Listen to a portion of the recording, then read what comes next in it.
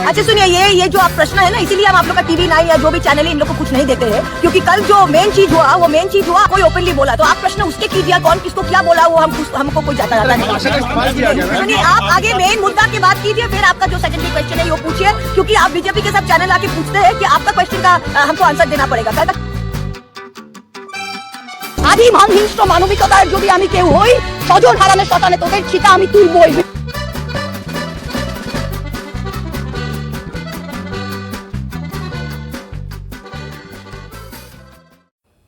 যেভাবে সংসদ ভবনে নাজেহাল করছেন বিজেপিকে মহুয়া মৈত্র, একইভাবে এবার আইনের দরজাতেও মহুয়ার কারণে নাজেহাল বিজেপি। ইতিমধ্যে আপনারা নিশ্চয়ই দেখেছেন সারা দেশ তোলপাড় হয়েছিল এই উত্তরপ্রদেশ এবং উত্তরাখণ্ডের প্রশাসনের নির্দেশের কারণে। আজকে শ্রাবণ মাসে যারা পুণ্যার্থী সারা দেশ জুড়েই যারা শিবের মাথায় জল ঢালতে যান বা শিব পুজো করতে যান, আচমকা উত্তরপ্রদেশ এবং উত্তরাখণ্ডের প্রশাসন বলেন যে এই পুণ্যার্থীরা যে রাস্তা দিয়ে জল নিয়ে যাবেন বা পুণ্যার্থীরা যে রাস্তা দিয়ে যাবে, সেই রাস্তায় যত খাবারের দোকান, সেই খাবারের দোকানের নামের পাশাপাশি দোকানের মালিকের নাম, দোকানে যারা কর্মচারী তাদের প্রত্যেকের নাম টাঙিয়ে রাখতে হবে, যাতে যারা দোকান থেকে কেনাকাটা করে খাবেন তারা যাতে দেখতে পান যে দোকানের মালিকের নাম কি, কর্মচারী যারা তাদের নাম কি। এমনকি রাস্তায় যারা ঠেলায় ফল বা অন্যান্য কিছু বিক্রি করছেন, ফল সবজি, তাদেরও ঠেলার মধ্যে তাদের নাম লিখে রাখতে হবে। একটা রাজনৈতিক দল কত প্রতিহিংসা পরায়ণ হতে পারে, এদের এই প্রশাসনের নির্দেশ থেকেই এটা পরিষ্কার। আজকে মুজফ্ফরনগরের প্রশাসনিক আধিকারিক কি বলছেন, এই নাম লেখার ব্যাপারে কি নির্দেশ দিচ্ছেন, তাদের মুখ থেকে শুনে নিন। देखिए, कांवड़ की तैयारियां शुरू हो गई हैं और हमारे जनपद में लगभग 240 किलोमीटर का कांवड़ मार्ग है।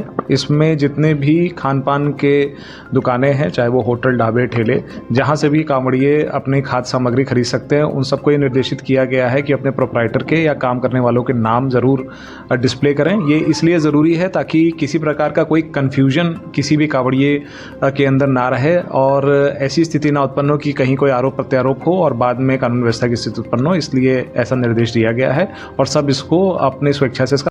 আজকে সারা দেশ যখন এটা নিয়ে তোলপাড়, এই যে শুভেন্দু অধিকারী পশ্চিমবঙ্গে বলেছিল না যে সবকা সাথ সবকা বিকাশ বন্ধ করো, सबका साथ सबका विकास बंद करो, नो नीड संख्यालघु मोर्चा। সেই সময় আমরা বলেছিলাম যে এটা পুরো বিজেপিরই মনের কথা।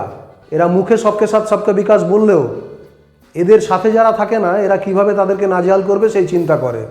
আজকে উত্তরাখণ্ডের প্রশাসন এবং উত্তরপ্রদেশের প্রশাসন এই নির্দেশ জারি করে বাধ্য করেছিল প্রত্যেক দোকানদার, এমনকি ঠেলাওয়ালাদেরও তাদের নাম লিখতে। এবার পরিষ্কার যে নাম দিয়ে মানুষের ধর্ম বোঝা যায়। আজকে যারা এই উত্তরপ্রদেশে লোকসভা নির্বাচনে বিজেপিকে ভোট দেয়নি, আজকে বিজেপির পার্টি কিংবা বিজেপি পরিচালিত সরকার মনে করেছে যে মুসলিমরা আমাদের বিরোধী।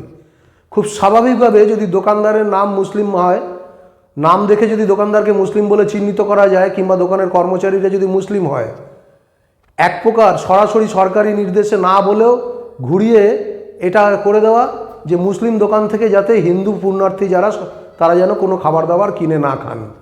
মানে ফুটপাতের যে ঠেলা, যে ভ্যানের মধ্যে ঠেলার মাধ্যমে দোকানদাররা, সেখানেও তাদেরকে নাম লিখতে বাধ্য করা হচ্ছে যাতে তাদের নাম দেখে ধর্মকে চিহ্নিত করা যায় এবং মুসলিমদের থেকে কেউ কেনাকাটা না করেন। মানে এক কথায় শুভেন্দু অধিকারীর ওটাকে এস্টাবলিশ করা যে হাতে মারবো না, তোমাদেরকে ভাতে মারবো। এই নির্দেশের ফলে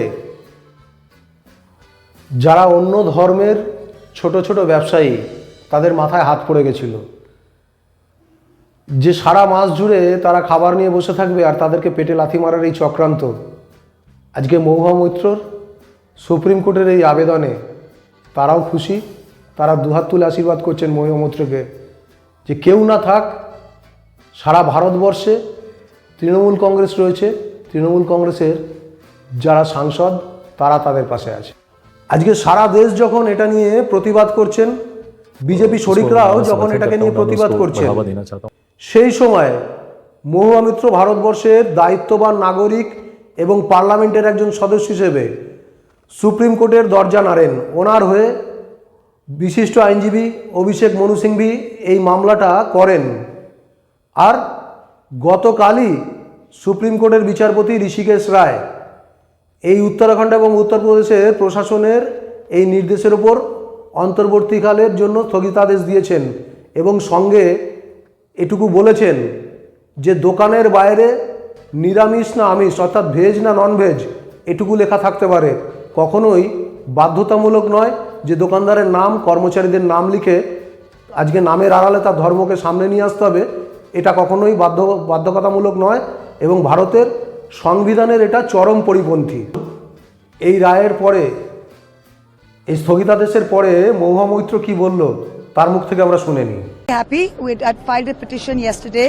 We filed it yesterday. It came up today in the Supreme Court, and it is a completely unconstitutional order against the fundamental principles of our Constitution, against Article 15, 19, and what we have just got a stay on it. So it is a complete stay on all directives, and it is also there is no requirement to display the identities and the names of owners or employees.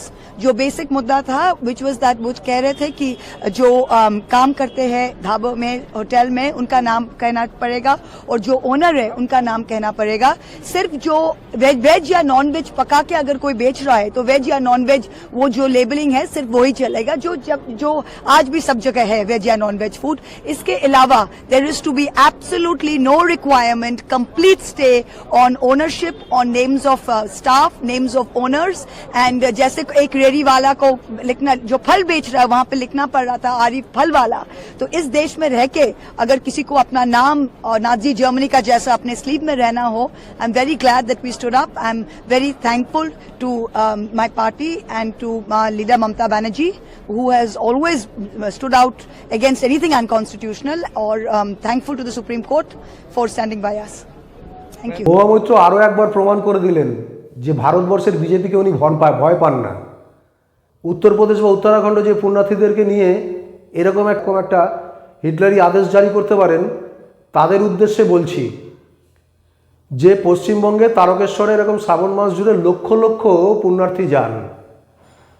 আজকে ভারতবর্ষে দ্বিতীয় কোনো রাজ্য আছে কি না জানি না, যেই পুণ্যার্থীরা যে রাস্তা দিয়ে যান সেই রাস্তার দুপাশে তাদের খাবার এবং পানীয় জলের ব্যবস্থা সাধারণ মানুষ করেন, বিভিন্ন সংস্থা করেন। আজকে তাদের দেখে শেখা উচিত যে যারা খাওয়াচ্ছেন তাদেরও কেউ জাত জিজ্ঞেস করে না, যারা খাচ্ছেন তারাও নির্দ্বিধায় কে খাওয়াচ্ছেন তার জাত কি, তার ধর্ম কি, তার নাম কি জিজ্ঞেস করেন না। সুষ্ঠুভাবে বছরের পর বছর তারকেশ্বর যাত্রীরা যাচ্ছেন আর মানুষ এই যাত্রীদেরকে খাওয়ানোটাকে পুণ্য বলে মনে করেন। पूरे भारतवर्ष की जो श्रद्धालु है उन सभी को बोलूँगा कि इस वीडियो का यही पार्ट थोड़ा देखिए। पश्चिम बंगाल में सदियों से तारकेश्वर में पुण्यार्थी लाखों पुण्यार्थी जाते हैं और सभी को खाना या पानी पिलाना यहाँ पुण्य का काम, और हजारों का संख्या से ये सब पुण्यार्थी जो है ये श्रद्धालु को खाना एवं पानी यहाँ दिलाया जाता है। जो लोग खिलाते पिलाते हैं वो लोग ये नहीं सोचता है कि कौन मुझसे खाएगा, कौन मेरे हाथों से पिएगा। और जितना पुण्यार्थी यहाँ से जाता है, लाखों पुण्यार्थी यहाँ से जाता है, ये लाख पुण्यार्थी ये कभी नहीं सोचता है कि कौन हमको खिला रहा है, उसका नाम क्या है, उसका मजहब क्या है, उसका धर्म क्या है, उसका जात क्या है, उसका भाषा क्या है, कोई भी कुछ नहीं पूछता है।